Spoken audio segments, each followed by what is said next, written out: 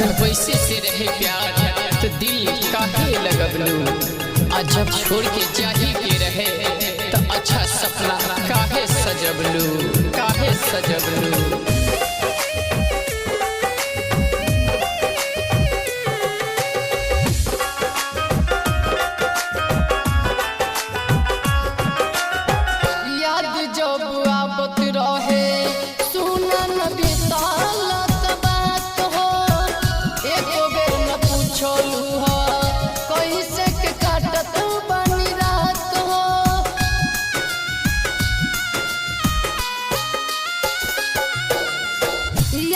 जब याबत रहे सुनन बीतलत बात हो, एको बेर न पूछलू हो कैसे के काटत बनी रात हो। ओ काहे दिलबा के धड़कन बढ़ा गइलू, ओ काहे दिलबा के धड़कन बढ़ा गइलू।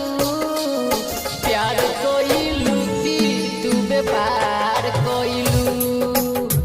प्यार कोइलू की तू व्यापार कोइलू।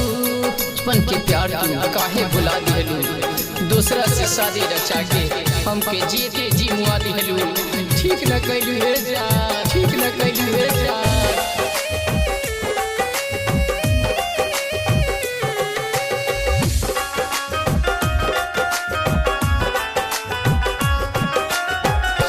बना गलतिया के हमरा के देलू जन घाट हो, हमरे के सामने तू चल गइल दोसर के साथ हो।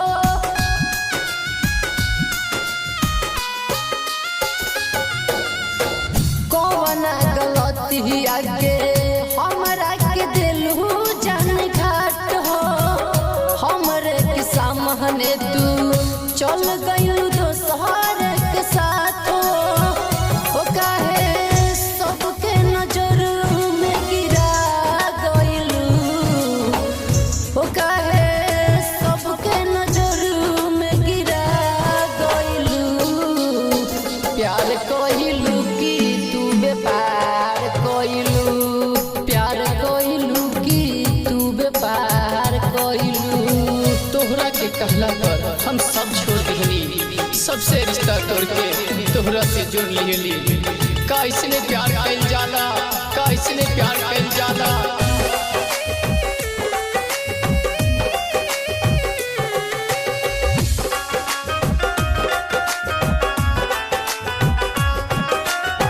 कौना के कहला पे संतुआ के देलू जन धोखा, एको बेर न सुधर के श्याम बाबू के देलू तू त मौका।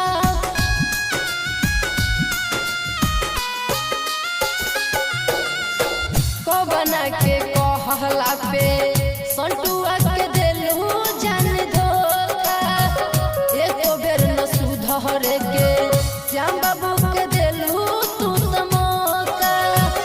ओ काहे राजू राजेश के रोआ गइलू, ओ काहे राजू राजेश के रोआ गइलू।